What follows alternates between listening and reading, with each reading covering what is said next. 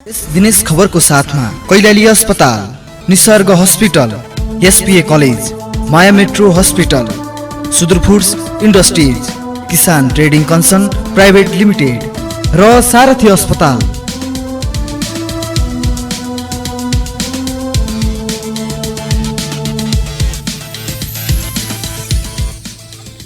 सुदूरपश्चिम प्रदेशको विकासप्रति समर्पित दिनेश एफएम 93.8 मेगाहर्जसँगै लम्कीको लम्की एफएम दिनेश खबरको फेसबुक पेज, मोबाइल र अनलाइनबाट समेत एकैसाथ प्रसारण भइरहेको बिहान 6:30 बजेको दिनेश खबरमा रक्षा भट्टको नमस्कार।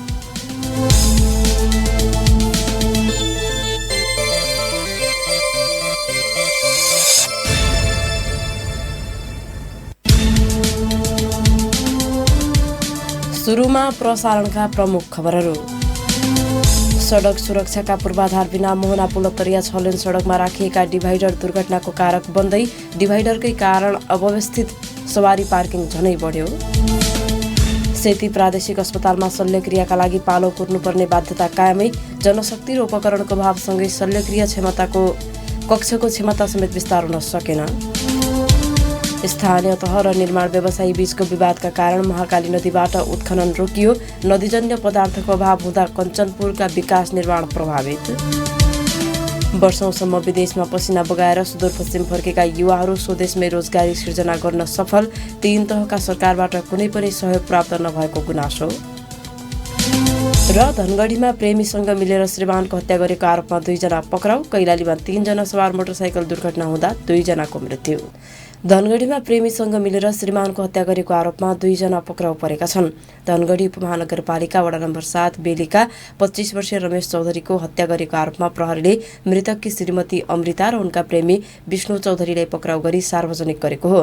जिल्ला प्रहरी कार्यालय कैलालीका प्रहरी नायब उपरीक्षक प्रतीक विष्टले शुक्रबार राति अमृता र विष्णुले मिलेर हत्या गरेको र शनिबार शव फेला परेको बताए। उनका अनुसार मृतक रमेशकी श्रीमती अमृता र स्थानीय विष्णुबीच केही वर्षदेखि प्रेम सम्बन्ध थियो। 29 गते राति श्रीमान रमेशसँगै सुतेकी अमृता 11 बजे प्रेमी विष्णुलाई भेट्न गएपछि घटना भएको हो। डीएसपी विष्टका अनुसार रमेशले मध्यराति विष्णु र अमृतालाई घर नजिकै आपत्तिजनक अवस्थामा फेला पारेका थिए। सोही क्रममा अमृता र विष्णुले घाँटी थिचेर रमेशको हत्या गरेको प्रहरीले दावी गरेको छ। हत्यापछि दुवैजनाले 150 मिटर टाढा खुटिया नदीतर्फ चौरमा रमेशको शव फालेको पनि सोधपुछको क्रममा स्वीकार गरेको डीएसपी विष्टले बताए। विष्णु र अमृताको नाममा मृतकका आफन्तले कर्तव्य ज्यान शीर्षकमा किटानी जाहेरी दिएको बताउँदै उनीहरूलाई पक्राउ गरी थप अनुसन्धान कार्य भइरहेको डीएसपी विष्टले जानकारी दिए।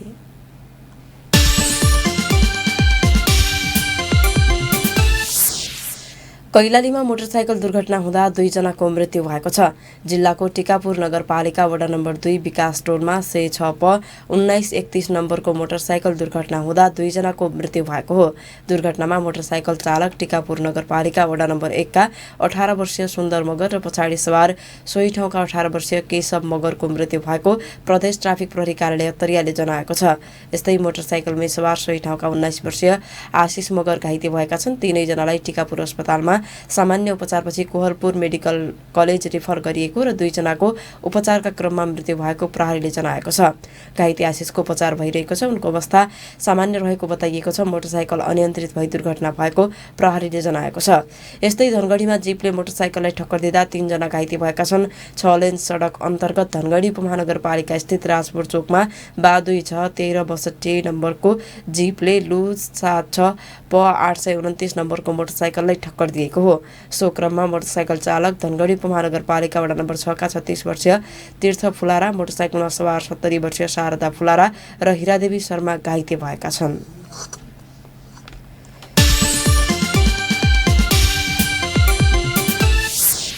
असोज 21 देखि 29 गतेसम्म दशैंको समयमा सवारी दुर्घटनामा परि सुदूरपश्चिम प्रदेशमा 9 जनाको ज्यान गएको छ। 17 जना गम्भीर घाइते भएका छन्। सुदूरपश्चिम प्रदेश ट्राफिक प्रहरी कार्यालय अत्तरियाका प्रहरी निरीक्षक राजेन्द्र बहादुर सिंहका अनुसार उक्त अवधिमा यस प्रदेशमा 15 सवारी साधन दुर्घटनामा परेका छन्। दुर्घटनामा पर्ने सवारी साधनमा सबैभन्दा बढी मोटरसाइकल 11 छन्। त्यस्तै जीप, कार 2, ट्र्याक्टर 1 र बस 1 छन्। दशैंका समयमा गन्तव्यमा समयमा पुग्न हतारो हुने र यातायात सञ्चालकले पनि जथाभावी यात्रु चढाउने, सवारीको क्षमताभन्दा बढी यात्रु राख्ने, हतारोका कारण सवारीको प्राविधिक अवस्था नजाँच्ने जस्ता कारणले दुर्घटना भएको पाइएको ट्राफिक प्रहरीले जनाएको छ। साना सवारी चालकले लापरवाही ढङ्गले सवारी चलाउने, मादक पदार्थ सेवन गरी सवारी हाँक्ने, सडक साँघुरा र खाल्डाखुल्डी पनि दुर्घटनाको कारण बन्ने गरेको ट्राफिक प्रहरीले जनाएको छ।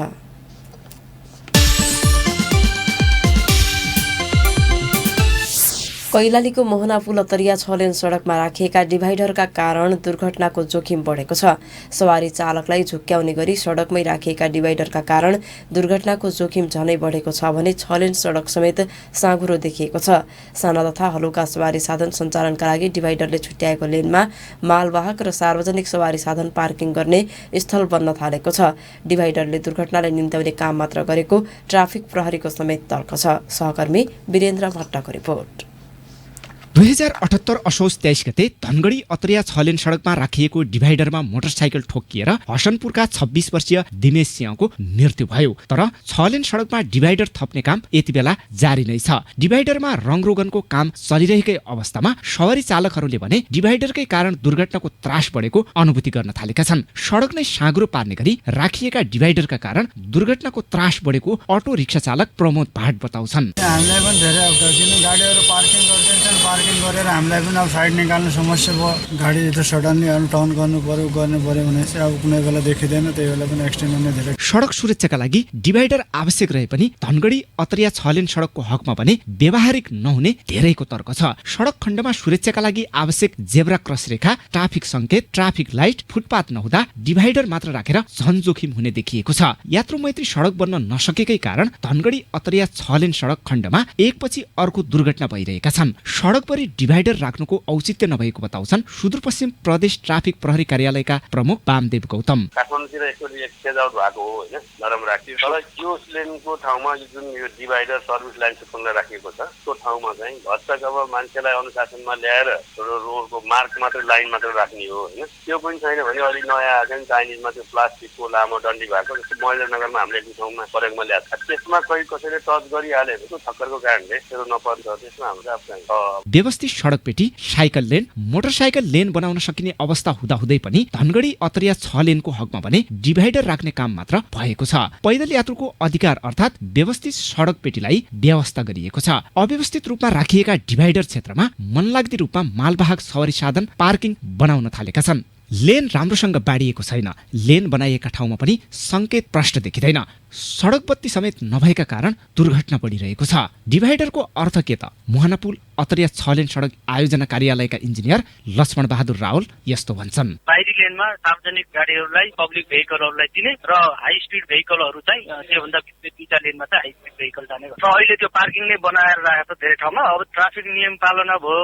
र लेन अनुशासन पालना भयो भने त्यो डिभाइडरको दुर्घटना उद्देश्य चाहिँ घटाउनको लागि हो। तर त्यो नियम पालना भएन भने चाहिँ त्यसले अवश्य पनि दुर्घटना निम्त्याउँछ नै। सडक दुर्घटना न्यूनीकरण गर्न नेपालले सन् 2010 मा संयुक्त राष्ट्रसङ्घमा प्रतिबद्धता जनाएको थियो। सन् 2011 देखि 2020 सम्म सडक सुरक्षा दशक घोषणा गरी सन् 2013 मा सडक सुरक्षाको कार्ययोजना नै बनाएको थियो। तर कार्यान्वयन नै हुन सकेको छैन। दिनेश खबरका लागि वीरेन्द्र भट्ट, धनगढी। ब्रेकपछि दिनेश खबरमा पुनः स्वागत छ। अब बाँकी खबर। सेती प्रादेशिक अस्पतालमा शल्यक्रियाका लागि पालो कुर्नुपर्ने बाध्यता कायमै रहेको छ। जनशक्ति र उपकरणको अभाव तथा एउटा मात्रै शल्यक्रिया कक्षले बिरामीले पालो कुर्नुपर्ने बाध्यता कायमै रहेको हो। अस्पतालले शल्यक्रियाका लागि दिन छुट्याउने गरे पनि बिरामीको संख्या बढी हुँदा पालो नै नपाउने समस्या रहेको छ। सुदूरपश्चिमको एकमात्र रेफरल अस्पताल भए पनि आकस्मिक शल्यक्रिया गर्नुपर्ने बिरामीको अस्पतालले उपचार गर्न नसकेको गुनासो गरिएको छ। सहकर्मी नारायण अवस्थीको रिपोर्ट। बैतडीको पुर्चौडी नगरपालिका वडा नम्बर 5 का राजकुमार कोरको आन्द्रा फुटेको कारण तत्काल शल्यक्रिया गर्नुपर्ने भयो। शनिबार बिहान 5 बजे सेती प्रादेशिक अस्पतालमा ल्याइएका कोरलाई तत्काल शल्यक्रिया गर्नुपर्ने भए पनि उनीभन्दा अगाडि 2 जना बिरामी रहेकोले तुरन्तै उपचार सम्भव नभएको भन्दै बिरामीलाई अन्यत्र लैजान सुझाव दिइयो। बिरामीका आफन्त कर्णबहादुर कोवर: दुईटा अगाडि छन् यो क्रिटिकल केस सबभन्दा अगाडि गर्नुपर्ने एउटा टाइम दिइसक्यो हुनाले अब यसलाई तपाईँले प्राइभेटतिर लगेपछि त्यहाँ छिटो गरेर हामीले एउटा अपरेसनमा 4 घण्टासम्म टाइम लाग्छ रे दुईटा गर्दाखेरि 8 घण्टा अझ पालो लाउन सक्छ अब यसको चाहिँ हाम्रो फुटेर चाहिँ दिशा बाहिर फैलिसक्यो हुनाले छिटो गर्नुपर्ने छ तपाईँको मर्जी यहाँ राख्ने उता लैजाने भन्नुभयो। सेती प्रादेशिक अस्पतालमा एक मात्रै शल्यक्रिया कक्ष रहेको अस्पतालले जनाएको छ तर बिरामीको संख्या भने एउटै शल्यक्रिया कक्षले धान्न मुस्किल हुने गरेको छ। प्रदेश सरकार मार्फत सबैभन्दा ठूलो अस्पताल भए पनि सेतीमा उपचार गराउन आएका बिरामीले उपचार गराउन पालो नपाउँदा अन्यत्र जानुपर्ने बाध्यता रहेको छ। सरकारी अस्पतालमा उपचार गर्न नपाउँदा समस्या भएको सर्वसाधारणले बताउने गरेका छन्। सेती प्रादेशिक अस्पतालका सूचना अधिकारी दिलीप कुमार श्रेष्ठ दुईटा एकदम इमर्जेन्सी ल्याप्रोटोमी भइराखेको रहेछ हैन, हामीले रेफर पनि गरेको होइन रे, त्यहाँ ढिलो हुन्ला भनेर आफै गएको अनि अब डाक्टरहरू फ्री भएर निस्किँदासम्म निस्किसकेका थिए, हामीले कसैलाई कहीँ जा भनेर भनेकै छैन। सेती प्रादेशिक अस्पतालको सेवा भरपर्दो र सस्तो भए पनि जनशक्ति उपकरण तथा संरचना अभाव हुँदा बिरामी उपचारबाट वञ्चित हुँदै आएका छन्। एउटा बिरामीको जटिल खालले शल्यक्रिया गर्न 4 घण्टा जति लाग्ने तर शल्यक्रिया कक्षमा आवश्यक उपकरण नभएकोले समस्या हुने गरेको बताइएको छ। तर चालु आर्थिक वर्षमा नै शल्यक्रिया कक्षको क्षमता विस्तार गर्ने बताउँदै फेरि एकपटक सूचना अधिकारी श्रेष्ठ मोडुलर ओटीको लागि हामीले प्रयास गरिरहेका छौँ, प्रोसेसमा छौँ हैन। मोडुलर ओटी गरेपछि अब त्यो एउटा ठुलो हलमा धेरैवटा टेबल लगाएर त्यसमा अत्याधुनिकीकरणहरू सबै जडान गर्ने भनेर हामीले प्रपोज बनाएर पेश गरिसकेका छौँ। त्यो बजेट आउँछ यही आर्थिक वर्षमै। अब हामीले त 8वटा टेबलको लागि प्रपोज गरेका छौँ हैन, बजेटले कतिको भ्याउँछ। कैलालीका नागरिकलाई स्वास्थ्य सेवा प्रदान गर्न विक्रम सम्वत 1997 सालमा सञ्चालन भएको कैलाली जिल्ला अस्पताललाई 2040 सालमा सेती अञ्चल अस्पतालमा स्तरोन्नति गरिएको थियो। सो समयमा अस्पताललाई 50 शय्याको स्वीकृति दिइएको थियो। सरकारी स्वीकृति 50 शय्याको भए पनि अस्पतालमा बिरामीको संख्या धेरै भएको भन्दै अस्पताल प्रशासनले 321 शय्यामा अस्पताल सञ्चालन गर्दै आएको छ। तर अस्पतालमा उपकरण, जनशक्ति तथा भौतिक संरचनाको चरम अभाव छ। सुदूरपश्चिमका सामाजिक विकास मन्त्री लाल बहादुर खड्काको भनाइ भने यस्तो छ। तर हामी दशैं तिहार भित्रै एउटा ठोस योजना बनाएर त्यति पुरै व्यवस्थापनलाई सुधार कसरी गर्न सकिन्छ त्यसलाई सुधार गर्छ। त्यहाँ भएको जनशक्ति र अन्य औजार उपकरण के समस्या छ त्यसलाई पनि तुरुन्तै थप्छौँ र हामी व्यवस्थित गर्छौँ। दिनेश खबरका लागि नारायण अवस्थी, धनगढी। कञ्चनपुरको भीमदत्त नगरपालिका 8 भम्केनी धाममा निर्माण भइरहेको नेपालमाको 75 फिट अग्लो मूर्ति निर्माणका लागि धातुको अभाव हुन थालेको छ। धातुको अभाव हुन नदिन सिद्धनाथ बैजनाथ धार्मिक तपस्थली क्षेत्र विकास समितिले घर दैलो अभियान सञ्चालन गर्ने भएको छ। समितिका अध्यक्ष कृष्णबहादुर सिंहले सुदूरपश्चिम क्षेत्रमा घर दैलो गरी धातु सङ्कलन गरिने बताए। मूर्ति निर्माणका लागि 18 देखि 25 टनसम्म धातु आवश्यक पर्ने बताउँदै उनले समितिसँग 2 टन मात्रै धातु मौजदात रहेको बताए। मूर्ति निर्माणका लागि ललितपुर को भ्याली कन्स्ट्रक्सन प्रणालीले 10 करोड 82 लाखमा ठेक्का लिएको थियो। निर्माण कार्य अन्तर्गत हालसम्म प्राप्त धातुलाई कमलको आसन बनाएर ढलान गरिराखिएको र यसलाई फिनिसिङ गर्ने कार्य भइरहेको छ। कमलको आसन निर्माणका लागि मात्रै 3 क्विन्टल भन्दा बढी धातु प्रयोग गरिएको छ। मूर्ति निर्माणका लागि 4 वर्षसम्म लाग्ने बताइएको छ। समितिका अध्यक्ष सिंहका अनुसार मूर्ति निर्माणका लागि हालसम्म 1 करोड 50 लाख भन्दा बढी खर्च भइसकेको छ।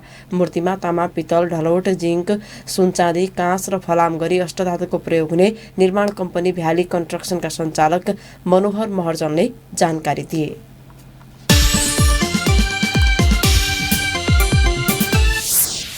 वर्षौंसम्म विदेशमा पसिना बगाएर सुदूरपश्चिम फर्केका कतिपय युवा स्वदेशमै रोजगारी सिर्जना गर्न सफल भएका छन्। लामो समय विदेशमा पसिना बगाएकाहरू अहिले आफ्नै देशमा विभिन्न व्यवसाय सुरु गर्दै अन्यलाई रोजगारी दिन समेत सफल भएका हुन्। रिटर्न माइग्रेट नामक संस्था नै गठन गरेर केही युवाले विदेशमा कमाएको पुँजीलाई स्वदेशमा लगानी गरेका हुन्। उनीहरूले कृषि लगायतका अन्य उद्योग समेत सञ्चालन गरेर अन्य युवालाई रोजगारी दिएका छन्। सहकर्मी रोशन भट्टको रिपोर्ट। कोरियामा 10 वर्ष बिताएका धनगढीका धर्मराज जोशीले व्यवसाय सुरु गरेका छन्। उनले गार्मेन्ट उद्योग सञ्चालन गरिरहेका छन्। विगतमा विदेशबाट फर्केर नयाँ काम गरिरहेकाहरूको सुझाव अनुसार उनले उद्योग सञ्चालन गरेका हुन्। उक्त उद्योगबाट धेरैले रोजगारी समेत पाएका छन्। विदेशको ज्ञान, सिप र पुँजीलाई एकीकृत गर्दै आफ्नै देशमा काम गर्न चाहने युवाको संख्या बढ्दै गएको छ। सोही कारण पनि वैदेशिक रोजगारबाट फर्किएकाहरू संगठित भई रोजगारी सिर्जना गर्नतर्फ लागेको जोशी बताउँछन्। वासपलान्तसहितको जिन्स प्यान्टको फ्याक्ट्री चाहिँ हामीले लगभग अन्तिम चरणमा पुगाएका छौँ, जसमा हामीलाई पहिलो चरणमा नै 50 जनासम्मलाई रोजगारी दिन सक्ने क्षमताको कम्पनी हामीले निर्माण गरेका छौँ। 30-40 जनाले त काम पनि गरिराख्नु भएको छ। लगभग 1 महिना जति भयो। हामीले जिन्स प्यान्ट भन्दा अन्य लुगाहरू चाहिँ उत्पादन गरेर बजारमा पनि ल्याइसक्यौँ। उल्का ब्रान्डका टी सर्टहरू। धनगढीका अमृत शाहीले आफ्नो जीवनको ऊर्जाशील 7 वर्ष विदेशमा बिताए। उनी अहिले स्वदेशमै आफैले सुरुवात गरेको व्यवसायमा जमेका छन्। विदेशमा कमाएको पुँजीलाई आफ्नै देशमा लगानी गर्नुपर्छ भन्ने मान्यताका साथ उनले कृषि पेसालाई अँगालेका छन्। कैलालीको गौरीगङ्गा नगरपालिकाको वडा नम्बर 1 मा उनको कुखुरा फर्म छ। यो सँगै उनले माछा पालन समेत सुरु गरेका छन्। उनले सुरु गरेको व्यवसायबाट 15 जनाले रोजगारी समेत पाएका छन्। त्यतिखेर आफूसँग पुँजी नभएर विदेश गयो हैन, त्यसपछि आएर अलिअलि पुँजी पनि थियो। अब काम गर्ने जोस जाँगर पनि पैसा के हो भन्ने कुरा पनि चिनियो। त्यही भएर मैले पुनः फेरि नै कृषि काम नै अँगालेको हो। बाहिर फार्मबाटै अहिले तपाईँको मसँग लेस कुखुराहरू, बङ्गुर अनि बाख्रा, माछा हैन 15 जना जतिले हामीले रोजगारी पाएको। लामो समयसम्म विश्वका विभिन्न देशमा काम गरेर अहिले स्वदेशमै रोजगारीका अवसर खोजिरहेका सुदूरपश्चिमका युवाहरू संगठित हुने क्रम जारी छ। अहिलेसम्म रिटर्नी माइग्रेट नामक संस्थामा मात्रै 6000 भन्दा बढी विदेशबाट फर्किएकाहरू जोडिएका छन्। सिप, अनुभव र क्षमतालाई सामूहिक अवधारणा मार्फत रोजगारी र व्यावसायिक क्षेत्रमा लगानी गर्न सरकारले सहयोग नगरेको गुनासो उनीहरूको छ। रिटर्नी माइग्रेट सुदूरपश्चिमका अध्यक्ष चेतन थापा। फ्रीमा अनुदान दिनुस्, हामी चाहिँ काम गर्छौँ भन्ने हाम्रो पटक्कै पनि हाम्रो त्यो लक्ष्य होइन। सरकारले उत्पादन भएको चिजहरूलाई चाहिँ बजार व्यवस्थापन, मार्केटिङ गरिदियोस्। कुनै पनि उद्योगलाई फेरि व्यवस्थापन गर्न, फेरि त्यसलाई चाहिँ परिमार्जन गर्न, फेरि त्यसको स्तर उन्नति गर्नका लागि केही हामीलाई आर्थिक स्थितिको पनि खाँचो पर्छ। त्यो आर्थिक स्थितिका लागि चाहिँ सहुलियत कर्ता उपलब्ध गराइदिएको भयो भने पनि हामीले धेरै गर्न सक्छौँ भन्ने हाम्रो ठम्मै छ अहिलेसम्म। विदेशबाट फर्किएकाहरूले सरकारसँग सहुलियत ब्याज दरमा ऋण मात्रै मागेका छन्। आफैले रोजगारी सिर्जना गर्नुपर्ने ठाउँमा उदासीन देखिएको सरकार काम गर्नेहरूलाई सहयोग गर्न समेत व्यवस्था गरिरहेको छ। दिनेश खबरका लागि रोशन भट्ट, धनगढी। स्थानीय तह र निर्माण व्यवसायी बीचको विवादका कारण महाकाली नदीबाट उत्खनन रोकिँदा कञ्चनपुरमा विकास निर्माण प्रभावित बनेको छ। हरेक वर्ष असोज 1 गतेदेखि कञ्चनपुरको महाकाली नदीबाट नदीजन्य पदार्थ उत्खनन गर्न अनुमति दिने गरेको भए पनि यस वर्ष स्थानीय तह र निर्माण व्यवसायी बीचको विवादका कारण उत्खनन रोकिँदा विकास निर्माण प्रभावित बनेको हो। महाकाली नदीमा निर्माणाधीन 4 लेनको पक्की पुलको निर्माणलाई प्रभावित गर्ने गरी भीमदत्त नगरपालिकाले नदीजन्य उत्खननका लागि ठेक्का आह्वान गरेको दावी गर्दै पुल निर्माण कम्पनीले उच्च अदालत दिपायल महेन्द्रनगर इजलासमा मुद्दा दायर गरेको थियो। सो मुद्दामा गत भदौ पहिलो साता अदालतले परमादेश जारी गर्दै निवेदनको अन्तिम टुङ्गो नलागुन्जेल सम्झौता नगर्न भनेको थियो। यसअघि भीमदत्त नगरपालिकाले महाकाली नदीमा पुल निर्माणस्थलको क्षेत्र छाडेर रोयल्टी उठाउने ठेक्का दिँदै आएको थियो। उता महाकाली पुल आयोजनाले पुलको 500 मिटर दक्षिण र 1500 मिटर उत्तर पुलको क्षेत्राधिकारभित्र पर्ने भएकाले रोयल्टी उठाउनका लागि निर्माण अवधिभर ठेक्का दिन नपाउने बताउँदै आएको छ। उक्त मुद्दाको पेशी आगामी कार्तिक 14 गते तोकिएको छ। पुल निर्माण कम्पनी कुमार CFEC जेभिका इन्जिनियर किशोर राज पाण्डेले पुल निर्माण नै प्रभावित हुने गरी नगरपालिकाबाट ठेक्को आह्वान भएपछि बाध्य भएर न्यायका लागि अदालत गुहारेको बताए। महाकालीमा उत्खनन गर्न समस्या हुँदा ठूला विकासी आयोजना समेत प्रभावित बनेका छन्। भीमदत्त नगरपालिका 13 का वडाध्यक्ष लालबहादुर शाहीले नदीजन्य पदार्थ उत्खनन नपाउँदा समस्यामा रहेको बताएका छन्।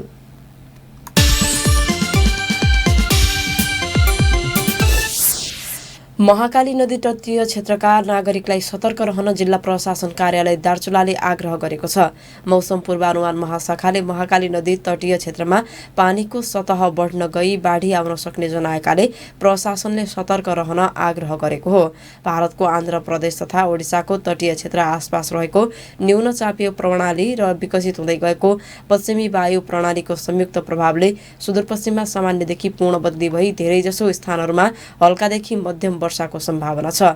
केही स्थानहरूमा मेघगर्जन, चट्याङ, हावाहुरी सहित भारी वर्षाको समेत सम्भावना भएको हुँदा सम्पूर्ण नागरिक तथा सरकारवाला निकायलाई सतर्कता अपनाउन आग्रह गर्दै प्रशासनले सूचना जारी गरेको छ।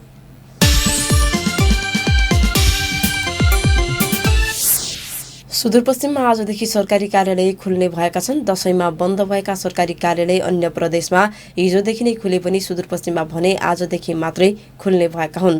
अन्य प्रदेशमा दशैं बिदा 30 गतेसम्म मात्रै थियो भने सुदूरपश्चिममा भने प्रदेश सरकारले थप 1 दिन अर्थात् हिजो पनि बिदा दिएको थियो। संघीय सरकारले यो वर्ष फुलपातीदेखि एकादशीसम्म जम्मा 5 दिन दशैं बिदा दिएको थियो।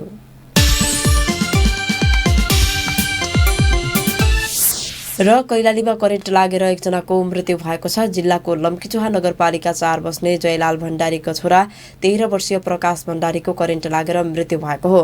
सोही नगरपालिका 6 स्याउले बस्ने उनकै फुपू बिनु रिमाल जैसीको घरमा मोटरको तार जोड्ने क्रममा करेन्ट लागेर अशक्त भएका उनको लम्कीचुहा अस्पतालमा उपचारका क्रममा मृत्यु भएको हो। प्रसारणको अन्तमा प्रमुख खबरहरू पुनः एकपटक। सडक सुरक्षाका पूर्वाधार बिना मोहना पुल अत्तरिया 6 लेन सडकमा राखिएका डिभाइडर दुर्घटनाको कारक बन्दै डिभाइडरकै कारण अव्यवस्थित सवारी पार्किङ झनै बढ्यो। सेती प्रादेशिक अस्पतालमा शल्यक्रियाका लागि पालो कुर्नुपर्ने बाध्यता कायमै।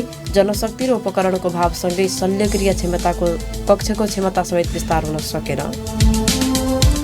स्थानीय तह र निर्माण व्यवसायी बीचको विवादका कारण महाकाली नदीबाट उत्खनन रोकियो। नदीजन्य पदार्थको अभाव हुँदा कञ्चनपुरको विकास निर्माण प्रभावित। वर्षौंसम्म विदेशमा पसिना बगाएर सुदूरपश्चिम फर्केका युवाहरू स्वदेशमै रोजगारी सिर्जना गर्न सफल। 3 तहका सरकारबाट कुनै पनि सहयोग प्राप्त नभएको गुनासो। दिनेश खबरको साथमा कैलाली अस्पताल मिलेर श्रीमानको हत्या गरेको आरोपमा 2 जना पक्राउ। कैलालीमा 3 जना सवार मोटरसाइकल दुर्घटना हुँदा 2 जनाको मृत्यु। दिनेश खबरको साथमा कैलाली अस्पताल, निसर्ग हस्पिटल, एसपीए कलेज, माया मेट्रो हस्पिटल, सुदूर फुड्स इन्डस्ट्रिज, किसान ट्रेडिङ कन्सन प्राइभेट लिमिटेड र सारथी अस्पताल।